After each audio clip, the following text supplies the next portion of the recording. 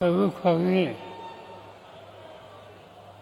आणि काँग्रेस पक्षाचे अध्यक्ष, राज्यसभेचे विरोधी पक्ष नेते मल्लिकार्जुन खरगे साहेब, काँग्रेस पक्षाचे नेते आणि देशाच्या लोकसभेचे विरोधी पक्षाचे नेते श्री राजीव गांधी, महाराष्ट्राचे माजी मुख्यमंत्री सुशीलकुमार शिंदे, पृथ्वीराज चव्हाण, व्यासपीठावर असलेले सर्व मान्यवर हा सोहळा आयोजित करण्याच्यासाठी ज्यांनी अतिशय कष्ट घेतले, हे महाराष्ट्राच्या तरुण पिढीचे नेते विश्वजित कदम, व्यासपीठावरचे सगळे मान्यवर आणि उपस्थित सहकारी बंधू भगिनी, आजचा दिवस या ठिकाणी आल्याच्या नंतर महाराष्ट्राच्या कानाकोपऱ्यातून सार्वजनिक जीवनामध्ये काम करणाऱ्या महत्त्वाच्या मान्यवरांची उपस्थिती आज कडेगावात या परिस्थितीमध्ये आहे. आणि त्याचं महत्त्वाचं कारण डॉक्टर फत्तनरावजी कदम यांचं अखंड स्मरण व्हावं यासाठी पुतळ्याचं अनावरण आणि अन्य कार्यक्रम आज या ठिकाणी आयोजित केलेले होते. हा एकेकाळचा जुना सातारा सांगली असा हा जिल्हा. सातारा आणि सांगली या जिल्ह्यानं महाराष्ट्राचा इतिहास घडवला. आपण यशवंतराव चव्हाणांची आठवण करतो. चव्हाण साहेबांचा जन्म याच प्रांगणामध्ये झाला. स्वातंत्र्याच्या नंतर आणि स्वातंत्र्य संग्रामामध्ये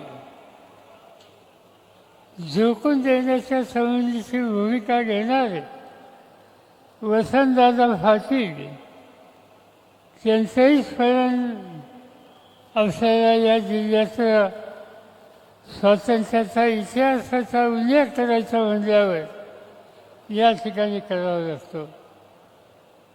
क्रांतिसिंह नाना पाटील की ब्रिटिशांना सरोक फळव करून दाखवण्याच्या संबंधीचं शौर्य ज्यांनी दाखवलं त्यांचंही स्मरण आपल्याला करावं लागेल. आणि त्यांचे सहकारी जी वफूदार, वि. स. फागे आणि नंतरच्या काळामध्ये राजाराम बापू पाटील अशा अनेकांची नावं या ठिकाणी घ्यावी लागतील की ज्यांनी महाराष्ट्राच्या इतिहासामध्ये मोठं योगदान दिलेलं आहे. हे सगळे नेते स्वातंत्र्याच्या चळवळीचे होते. स्वातंत्र्य मिळाल्याच्या नंतर त्या स्वातंत्र्याचा अर्थ नव्या पिढीच्या अंतःकरणामध्ये जीवनामध्ये यायचं असेल तर आवश्यकता आहे शिक्षणाचा विस्तार. कधी भाऊराव पाटील आणि अनेकांची नावं घेता येतील की ज्यांनी सामान्य कुटुंबाच्या मुलामुलींच्या शिक्षणाच्या संबंधी आपलं आयुष्य घालवलं.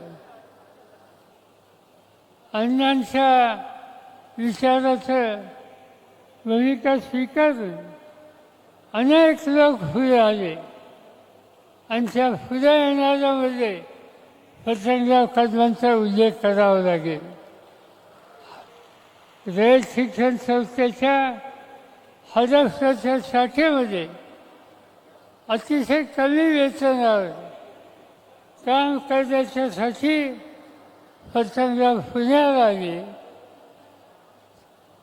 कर्मवीरांचा विचार प्रस्तुत करण्याच्या कामाला सर्वस्वची भूमिका घेतली आणि तुम्हा सगळ्यांच्या पाठिंब्यानं कर्मवीरांचा आदर्श ठेवून भारतीय विद्यापीठाची स्थापना केली आणि महाराष्ट्राच्याच नव्हे तर महाराष्ट्राच्या बाहेरसुद्धा उच्च दर्जाचं शिक्षण नव्या पिढीला मिळेल कसं याची खबरदारी पतंगरावनी घेतली. पतंगराव आम्हा सगळ्यांच्या बरोबर रयत शिक्षण संस्थेमध्ये एक विश्वासानं काम करणारे आमचे सहकारी होते. कधीही त्यांनी कर्मवीरांचा विचार सोडला नाही. रयत शिक्षण संस्थेची बांधिलकी ही त्यांनी अखंड जपली आणि मला आनंद आहे आज त्यांच्या गैरहजेरीमध्ये तीच परंपरा विश्वजित कदम उत्तम रीतीने चालवत आहेत. त्याचं स्वागत आम्हा सगळ्यांना आहे. शैक्षणिक क्षेत्रामध्ये पतंगरावचं काम मोठं होतं हे सांगायची आवश्यकता नाही, पण मला एका गोष्टीचं स्मरण होते की हा सगळा एका काळचा दुष्काळी भाग, त्या दुष्काळी भागामध्ये शेतकऱ्याच्या संसाराला फुलवायचं असेल तर पाण्याची आवश्यकता होती आणि ती पाण्याची आवश्यकता खऱ्या अर्थानं भागवायचं काम मग ते ताकाडीचं धरण असेल, टेंबूचं प्रकल्प असेल, हे सगळे प्रकल्प या भागामध्ये लोकांच्या संसाराला प्रधानशाला मदत करण्याच्यासाठी पतंगरावनी उभे केले आणि दुष्काळ कायमचा हटवण्याच्यासाठी आपण काही करू शकतो या प्रकारचा इतिहास हा त्या ठिकाणी त्यांनी उभा केला. आणि त्यामुळं असं समाजाच्यासाठी प्रचंड काम करणाऱ्या या कर्तृत्वान या भागाच्या सुपुत्राचं अखंड स्मरण आज करण्याच्या दृष्टीनं देशाचे दोन्ही विरोधी पक्षाचे नेते आणि महाराष्ट्राच्या कानाकोपऱ्याचे गांधी नेहरूंचा विचार स्वीकारणारे सर्व मान्यवर आज या ठिकाणी आहेत. याचा मला मनापासूनचा आनंद आहे.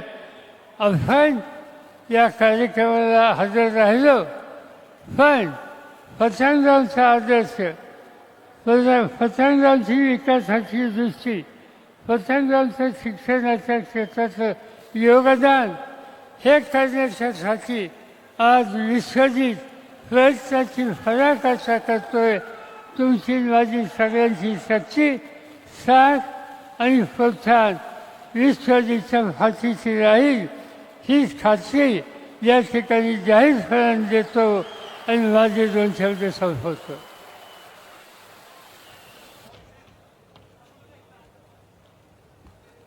इस देश की संसद में अपनी गरिमामय उपस्थिति से माहौल को सबसे ज्यादा धरती पर लाने वाले व्यक्ति मल्लिकार्जुन खड़गे, आजादी के बाद के भारत का चलता फिरता दस्तावेज खड़गे जी है. मैं अनुरोध करती हूँ माननीय मल्लिकार्जुन खड़गे जी से कि वे सभा को संबोधित करें.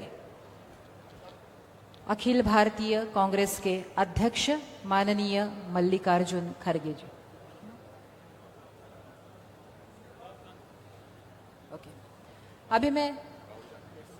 अभी मैं उस नेता को आमंत्रित करने जा रही हूं जिसने अपनी अनंत ऊर्जा से समाज के प्रत्येक तबके के प्रति मित्र भाव और भारत को जानने में अपनी दीवानगी में एक तूफान खड़ा कर दिया. यह एक ऐसे व्यक्ति